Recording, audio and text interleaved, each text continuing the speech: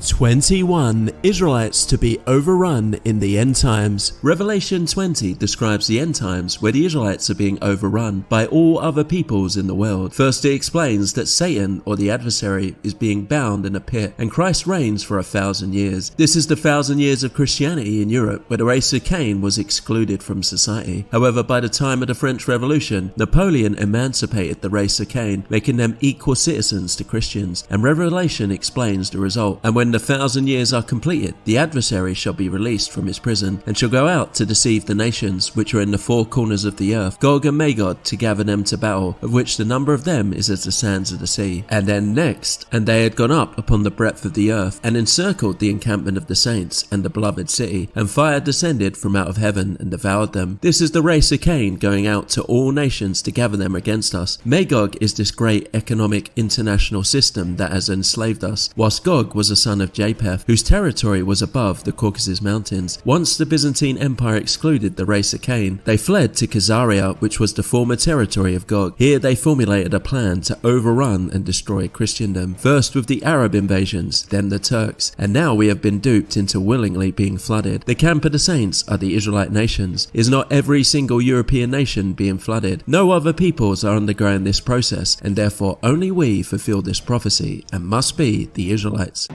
22. The Israelite conquests and migrations to Greece. The earliest Greek writers described the Hellenes or Greeks as four distinct tribes: the Ionians, Aeolians, Danans, and Dorians. The Ionians were Javan from Japheth, whilst the other three tribes were Israelites. The Aeolians were likely Israelite Phoenicians. The Danans were the tribe of Dan, who left the Exodus by sea rather than going with Moses. And the Dorians invaded Greece, originating from the seaport Dor in Manasseh's territory. The historian Diodorus Siculus states, the aliens, Israelites, were driven from the country, that's Egypt, and the most outstanding and active amongst them banded together, and as some say were cast ashore in Greece and certain other regions. Their leaders were notable men, chief among them being Danaus and Cadmus. But the greater number were driven into what is now called Judea. The colony was headed by a man called Moses, outstanding both for his wisdom and for his courage. So not all Israelites went with Moses. Danaus is likely referring to Dan, the patriarch of the tribe of Dan, whilst Cadmus appears in other Greek histories such as Tacitus. Tradition indeed says that Cadmus, visiting Greece in a Phoenician fleet, was the teacher of this art to its yet barbarous tribes. The Israelite Phoenicians colonized the Mediterranean and spread the alphabet. So the Greeks believed the Danans, Phoenicians, and Israelites who conquered Canaan were interrelated. The historian Flavius Josephus records a letter from the king of Sparta to the high priest at Jerusalem, stating, "We have discovered that both the Judeans and the Lacedaemonians are of the same family and are derived from the kindred of Abraham." This is also recorded in the book of Maccabees. The Spartans were Dorian Greeks, meaning they were Israelites, so many of the Greeks were Israelites.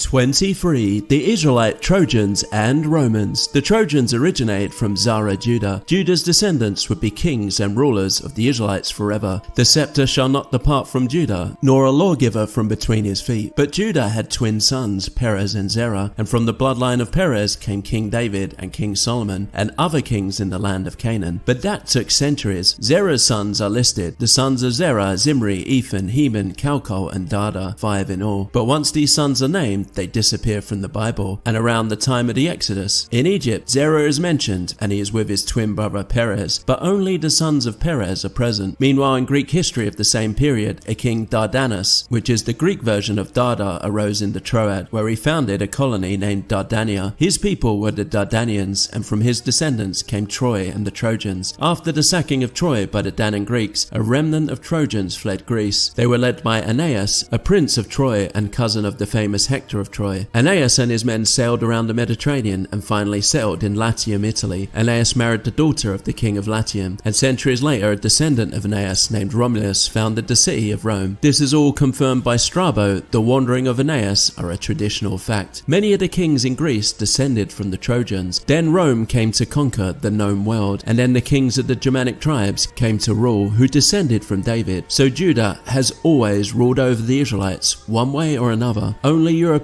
fulfill this prophecy. 24. The Phoenician colonization of Europe. The Phoenicians were Israelites who colonized the Mediterranean coastlands. Modern academia and historians lie, trying to claim they were Canaanites to obscure the true origin of Europeans from Israelites. They claim a separate Phoenician kingdom existed from the kingdom of Israel. But where is that in the Bible? It's all a lie. The Phoenicians primarily came from Tyre and Sidon. Both these cities were within the territories of the northern tribes. And the reason they were called Phoenicians is because they used a purple dye found in the mollusk on the shores of Israel. They used it on their clothing, their ship sails, and sold the dye as a luxury. In Greek, the word phoinos means purple, so Phoenicians means purple people, and this was the name the Greeks gave to these maritime northern tribes. As the Israelites were deported by the Assyrians, only the Greek histories survive, and most of the history comes from the Ionians, who were Javan in Athens. Therefore, they would not have properly understood the history of Israel, and just called them Phoenicians. Carthage became the most prosperous Phoenician colony. The famous General Hannibal can clearly be seen to be white, as was the founder Dodo, said to be blonde and white. The Phoenicians also reached as far as Iberia, Gaul, and even the British Isles. Many Europeans are descended from the Phoenicians, and therefore the Israelites must have looked like Europeans. 25. Paganism identifies who the lost sheep are. The Germanic paganism reveals that they are the Israelites of the Bible. After being deported by the Assyrians and migrating to Europe, they gradually fell away from Yahweh. In the Germanic Eddas, we have Odin and his son Thor fighting the Midgard serpent that is circling the earth. And in the end times, called Ragnarok, there will be a final battle. And in the Bible, Yahweh's adversary is the fallen angels and their descendants, particularly the race of Cain, which collectively are described as a serpent. In Revelation, the serpent is trying to flood the woman, who is the Israelites, meaning wipe us out in invasions, which is happening to all of our nations. Furthermore, in the Bible, Yahweh has promised to destroy the serpent once and for all to save his people who are being overrun. And this is Christ's second coming, i.e. Ragnarok, which is also described in Christ's parables as the dividing of the sheep and the goats. Additionally, Loki is said to have birthed this serpent, and in Latin the K was always hard, so Lucifer would be Lucifer. So Loki or Lucky is short for Lucifer. The fallen angel in the garden is also responsible for Cain when he seduced Eve. And finally, the Eddas describe the Germanic tribes originating from the east, just as the Greek, Roman, and ancient histories describe, which correlates with the Bible, which states that the deported tribes went east to the cities of the Medes, from where sprung the Sake, Scythians, Cimmerians, all who migrated to Europe. 26. Most traditional English names are from biblical figures. Most European Christian names are drawn from the Bible. Biblical names such as Peter, Andrew, James, and John, all apostles of Christ. Were the apostles called Tyrone, Abu, or Wong? Other male biblical names include Simon, Philip, Thomas, Matthew, Mark, Paul, Luke, Stephen, Timothy, and from the Old Testament, Adam, Aaron, Benjamin, Daniel, Jacob, and Jonathan, and many more. Female names include Mary, Elizabeth, Anna, Chloe, Hannah, Lydia, Naomi, Rebecca, Rachel, Sarah, Suzanne, and more. And whilst not immediately obvious, many shorter names are derived from longer biblical names. Eli is short for Elijah, Jack for Jacob, Jerry for Jeremiah, Joe for Joseph, Toby for Tobiah, Zach for Zechariah, and so on. All these names are intrinsic to European culture and heritage. Most would be unknown in Europe had it not been for our preservation of scripture. Non-Europeans would never even heard of these biblical names had we not forcefully Christianized them. Furthermore, many of the names in the New Testament were actually Greek and Roman. Stephen, the first martyr, was a Greek name, and Luke or Lucas, the gospel writer, was a Roman name. This shows the intrinsic relationship and common culture shared by the Israelites in Judea and the Greek and Romans who were Israelites themselves. It also shows that the Europeans are the people of the Bible, and that the gospel was spread only to Europeans. It's in our very names.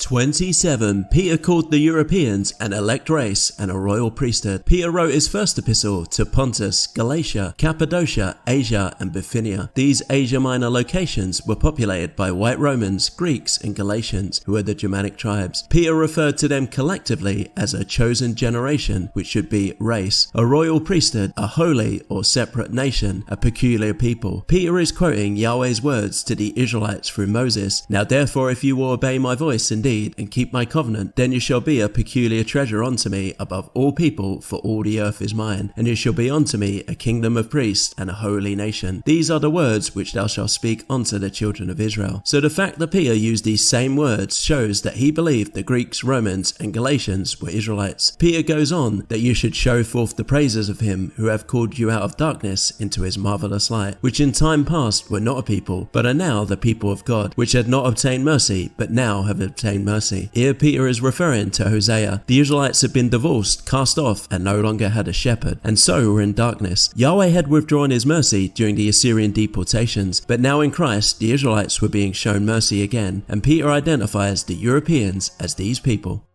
28. True Israelites divorced and dispersed could never resettle Palestine. In Hosea, Yahweh declared he is divorcing Israel. Plead with your mother, plead, for she is not my wife, neither am I her husband. Let her therefore put away her whoredoms out of her sight and her adulteries from between her breasts. Here ancient Israel was the mother, and the Israelites going into deportation were her children. Yahweh then chastised Israel for their international trade and condemned them for intermixing with the Canaanites. And I will not have mercy upon her children, for they be the children of whoredoms. In this way Yahweh showed he only cared for his own people and not for bastards. Yahweh proclaimed the punishment. Therefore behold, I will hedge up thy way with thorns and make a wall, that she shall not find her paths. When the Israelites conquered Canaan, Yahweh had warned them, but if you will not drive out the inhabitants of the land from before you, then it shall come to pass that those which you let remain of them shall be pricks in your eyes and thorns in your sides. So those Canaanites who were pricks and thorns would now become a hedge of thorns. Later in the gospel, Christ used them as an example. You shall know them by their fruits. Do men gather grapes of thorns or figs of thistles? The East gradually becoming thorns was a gradual process. The Arab conquest especially changed the demographics forever, and the European Crusades tried to win them back, but were always doomed to fail. Ultimately Europe was never unified, and they could not overcome the pricks and thorns. Any people living there today claiming to be the people of the Bible must be the thorns Yahweh warned us of. Yahweh had other plans and glories planned for the Israelites in Europe and beyond. 29. European nations, cities and settlements still with Hebrew names. Our Israelite ancestors left traces of the Hebrew language in place names all across Europe. Denmark, for example, means the territory of Dan. The rivers Danube, Don and Dnieper still bear the name of the tribe of Dan. The Crimea in Ukraine gets its name from the Cimmerians, who passed through those lands on their way to Europe, and the Welsh still call themselves the Cymry after the Cimmerians, a branch of whom crossed over the North Sea into Britain. In more ancient times, Spain was called Iberia and Ireland Hibernia. Both names were derived from the Hebrew word Eba, which means other side. From the coast of Israel, Spain was the other side of the Mediterranean, and so was Ireland if you sailed north from Spain. These names were bequeathed by the Israelite maritime Phoenicians with their perspective of the other side as they colonized Europe from the time of the Judges. It was only natural that they named places in their Hebrew tongue. Carthage means new city in Hebrew. Its original name was Kiryat Hadesh, and it was an offshoot of the city Tyre, an Israelite port. The Romans corrupted the name to Carthage, and the prefix Kar is the word for a city. In Britain, the Phoenician settlements also had Hebrew names with that prefix, such as Cardiff, Caral. At one time, many places in Britain began with Kar. The lasting message of these place names is that Europe was settled by ancient Israelites, as we remain the true Israelites today. 30. The Scottish Declaration of Arbroath. The Scottish Declaration of Arbroath is the most famous document in Scottish history. It declares the Scots to be the descendants of the children of Israel. It was written in 1320 AD. A diplomatic letter was addressed to the Pope begging for help and protection against the English kings. One portion reads, "Most Holy Father and Lord," that's the Pope, "we know, and from the chronicles and books of the ancients, we find that among other famous nations, our own, the Scots, have been graced with widespread renown. They journeyed from Greater Scythia by the way of the Tyrrhenian Sea and the Pillar of Hercules, and dwelt for a long course in the time of Spain, among the most savage tribes, but nowhere could they be subdued by any race, however barbarous. Hence they came 1200 years after the people of Israel crossed the Red Sea, to their home in the west, where they still live today. The Britons they drove out, the Picts they utterly destroyed, and even though they were often assailed by the Norwegians, the Danes and the English, they took possession of that home with many victories and untold efforts, and as the histories of old time bear witness, they have held it free for all bondage ever since. Not only did the Scots identify themselves with the Scythians, but they reckoned their timeline according to the Exodus. Only Israelites would use that timeline. Greater Scythia was above the Caucasus Mountains to the west. It was certainly possible to sail from there, throughout the Mediterranean, around Spain, and then to Scotland. The timeline is slightly off, but Scots in the 14th century lacked access to the vast information we have today. So by their timeline we would date their arrival in Scotland to be between the 1st century BC and the 1st century AD, which is fair enough. 31. Israelites to be the chief among all the nations. Yahweh promised Abraham his descendants would inherit the world, and in Deuteronomy we see how this would unfold. And it shall come to pass, if thou shalt hearken diligently unto the voice of Yahweh thy God, to observe and do all his commandments which I command thee this day, that Yahweh thy God will set thee on high above all nations of the earth, and all these blessings shall come unto thee and overtake thee. Later it is explained, if they disobeyed, they would be overrun. Therefore the Israelites were destined to be the chief among the nations, and by David and Solomon's time the Israelites had been raised above all nations. But this did not last. They turned away from Yahweh and his law, and God had the Assyrians and Babylonians deport them, and their lands were overrun. But once the Israelites in Europe had been reconciled to Yahweh through Christianity, as Christ said, "If you love me, keep my commandments," and as a result we were once again elevated above all nations. This was predominantly in the form of the German Holy Roman Empire, then the British Empire, and currently the American Empire, all of which through we have ruled the world. Although there have always been the nefarious descendants of Cain, the bankers, supporting these empires behind the scenes for their own gain, nevertheless the Europeans have enjoyed the status of world hegemony. But we are now in the time of Jacob's trouble, where we are fighting for our very survival. The treacherous descendants of Cain, or Esau, have subverted all of our nations with their international banking system, and we are once again being overrun. Only Europeans fit these prophecies.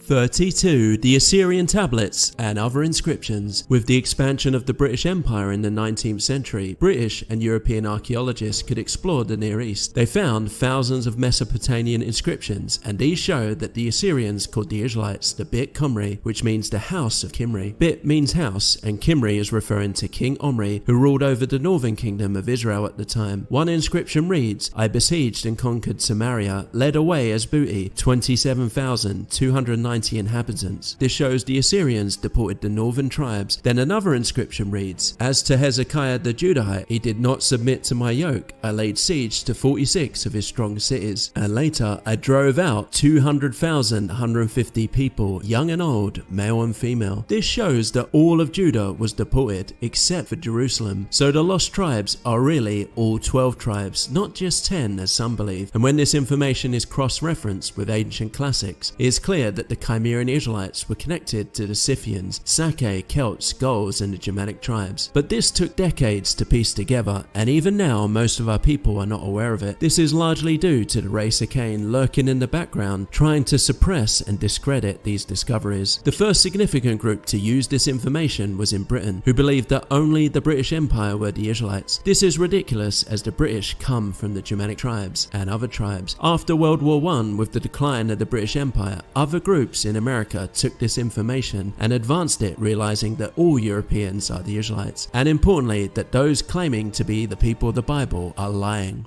33. The books of Flavius Josephus. The ancient historian Flavius Josephus was a Judean and a Pharisee. He also served as a general with the Judean armies in their fight against Rome. He was born after Christ and was alive to experience the destruction of Jerusalem. His books fill in the gap between the Maccabees and the coming of Christ, roughly 200 BC to 0 BC. He explains that the returning Israelites from the Babylonian deportations gradually grew stronger under the Persian Empire and then Seleucid Empire. Eventually they were strong enough to become independent.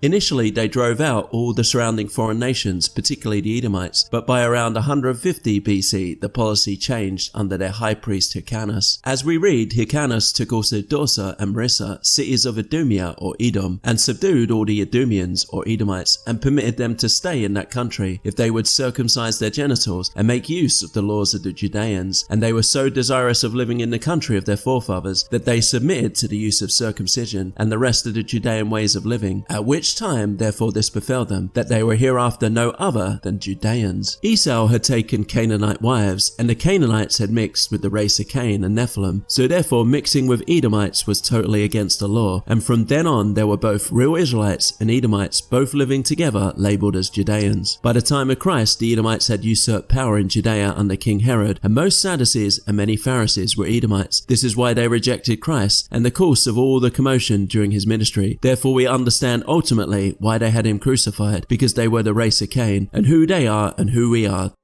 34. Greek and Roman historians showed the Israelites were white. In the past, our schools taught the Greek and Roman classics, where we actually learned real history, not propaganda. Homer describes the Trojan War, and many of the characters are described as white, with blonde and red hair, such as Penelope, who is described as white and ivory. And even the pagan gods are described this way, such as white-armed Juno. To him, there were no Dorians in Greek yet, but they were on the island of Crete, and other historians explain that 3 generations after the Trojan War, the Dorians invaded, and it's easy to say how Crete was used as the base of operations for the invasion. And before Crete, the Dorians came from the seaport Dor in the land of Israel in the territory of Manasseh. Herodotus described the Cimmerians, Saccans or Sake, and Scythians as being the same people, and that they all originated from the Middle East. Strabo described the Israelites and Edomites living together in Judea by around the time of Christ, which collaborates Flavius Josephus. Diodorus Siculus described the Ethiopians, Africans, Amazons, and Europeans all sharing a similar culture and physically looking the same. However, on the fringes of the Nile River and Arabia were other people. This shows that the Arab conquest centuries later must have drastically changed the demographics of northern Africa and the East. Polybus shows us how Egypt had greatly declined and large parts of the population had become mixed, showing the Nubian invasion centuries prior must have changed the demographics forever. So on the fringes of the Greco-Roman world there was great decline. Today this has come to all of our nations.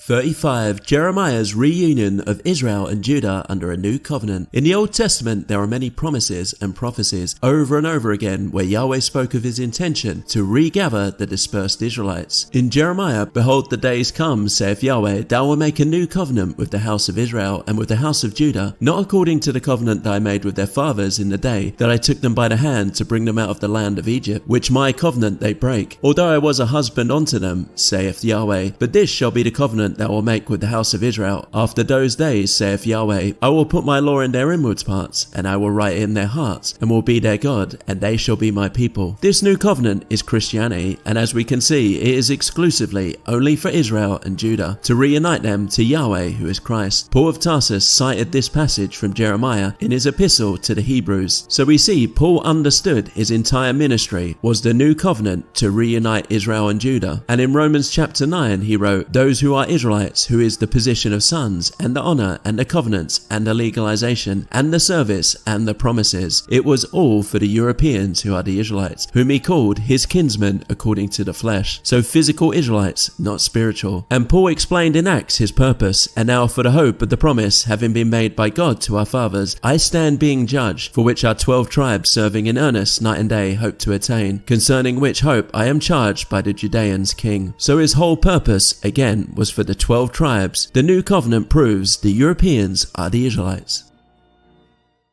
36. Ezekiel's remerging of Israel and Judah as 2 sticks into one. Ezekiel made a remarkable prophecy that Yahweh would do the impossible. He would join 2 broken sticks into 1 whole stick. These are allegories for the divided kingdom, Israel and Judah. This would include all the dispersed Israelites who migrated to Europe as Phoenicians, Danans, Dorians, Trojans, and also those who were deported in the Assyrians and Babylonian deportations much later. Ezekiel gives a description of Yahweh's lost sheep who had wandered over the mountains, and this is them migrating away. He then describes the descendants of Esau moving into the former lands of Israel and Judah. This is a slow 500-year process of them eventually stealing our identity and claiming to be the people of the Bible. Later, Ezekiel describes a valley of bones coming alive. Allegorically, the lost tribes were walking corpses unless Christ came to save them. And Ezekiel describes the Israelites becoming one nation again, with one king over them. As we read, moreover, thou son of man, take thee 1 stick and write upon it for Judah and for the children of Israel his companions. Then take another stick and write upon it for Joseph the stick of Ephraim, and for all the house of Israel his companions, and join them to one another into 1 stick, and they shall become one in thine hand. The Israelites became one again in Europe as Christendom, with Christ their king over them. Only we fulfill Ezekiel's prophecy. 37. Isaiah proves the Europeans are the Israelites. A careful reading of Isaiah shows us that the children of Israel were destined to end up in Europe. Isaiah chapter 10 foretells the destruction of Assyria, and that the Israelites would play a large part in that. It was the Cimmerians in league with Babylonians, Persians and Medes that destroyed Assyria. The Cimmerians must therefore be the Israelites. Isaiah chapter 11 foretells the regathering of all Israel together under the root of Jesse, in other words Christ. Christianity would reunite his people, and this can only be Christian Europe. Chapter 14 foretells the Israelites becoming the dominant power. Under Assyria, Babylon, Persia, the dispersed Israelites had been under those empires, but after, the Scythians took many of these former nations as slaves and brought them to Europe. And Diodorus Siculus explains the Scythians had taken people of the Medes and Assyrians and forcibly replanted them in Europe. Isaiah chapter 41 speaks to the Israelites on the coastland, in other words, the Mediterranean, and around the Black and Caspian Sea. It describes the coming of Christ, but he is the righteous man in the east. So the Israelites must have been in the west, in Europe. And earlier in Isaiah 11, it describes the Israelites fleeing in ships to the west, which must be Europe. And finally, Isaiah 61 describes the Israelites heading to Tarshish, which is Spain, Lud, the Lydians, which is Anatolia, Tubal, which was above the Caucasus Mountains, and Javan, which is Greece. So the Israelites would be revived under Christianity and end up in Europe, which is the exact path the Cimmerians, Scythians, and Germanic tribes took to reach Europe. 38. Daniel's messianic prophecy and the destruction of Jerusalem. Daniel explains Christ's purpose to make an end of sins and to make reconciliation for iniquity and to bring in everlasting righteousness and to seal up the vision and prophecy and to anoint the most holy. Sin is transgression of the law. Only the Israelites were given the law. So Christ came to forgive the Israelites and nobody else. Nobody else needed forgiveness. To make reconciliation for iniquity. Only the Israelites were divorced and dispersed in the deportation for that iniquity. How can any other people be reconciled to God if they never had a relationship in the first place? Amos tells us, only you, that's the Israelites, have I known of all the families of the earth. And Christ stated upon the day of resurrection, he will tell some of the so-called believers, and then I will profess unto them, I never knew you, depart from me, ye that work iniquity, to bring in everlasting righteousness. In the prophets, Yahweh promised to cleanse the Israelites from all their iniquity. Nobody else had that promise. To anoint the most holy. Holy means to be separate and to be dedicated to God. The Israelites were separated on Mount Sinai when they accepted the law, to be a separate, distinct nation apart from all other nations. And Daniel also reveals the destruction of Jerusalem, and the people of the prince that shall come destroy the city, that's Jerusalem, meaning the people of Christ would destroy Jerusalem. The Romans sacked Jerusalem, yet they were pagans and not Christians, but they descended from the Israelites. So Christ only knows his people, who are the Europeans.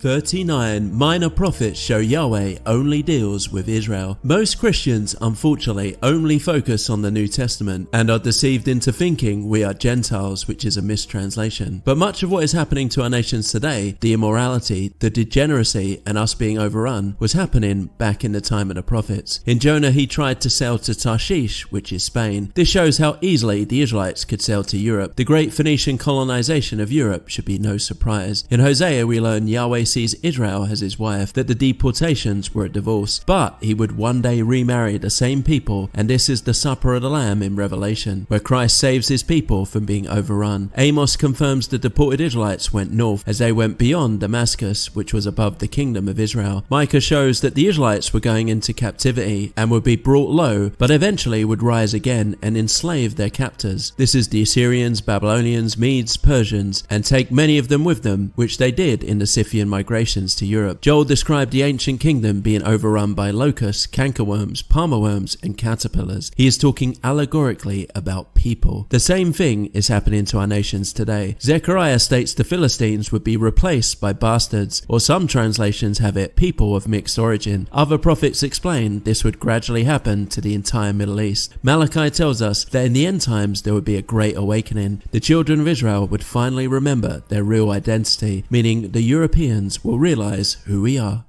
40. Revelation is Eurocentric and only about the 12 tribes. If the Old Testament focuses on the Israelites, why would Christ's revelation switch to a different people? The 7 churches were within Anatolia, which were all white Greek and Roman colonies. The woman in Revelation is the Israelites who were divorced and deported. They no longer are the wife of Yahweh. All the references of the woman with 12 stars fleeing into a wilderness is the 12 tribes of Israelites migrating to Europe. The woman being chased by the dragon is the race of Cain following us and infiltrating our nations. The 4 horsemen is the stages of the rise and fall of the Roman Empire. The great persecution of Christians, again, only happened in Europe. The 12 tribes being sealed demonstrates they survived Rome collapsing and again are in Europe. The bottomless pit being opened to wipe out a third of life is the rise of Islam and a third of Europe being taken. The opening of the little book is the mass printing of the Bible, again happening only in Europe. The 2 witnesses being revealed is the European Protestant Reformation, where Israel and Judah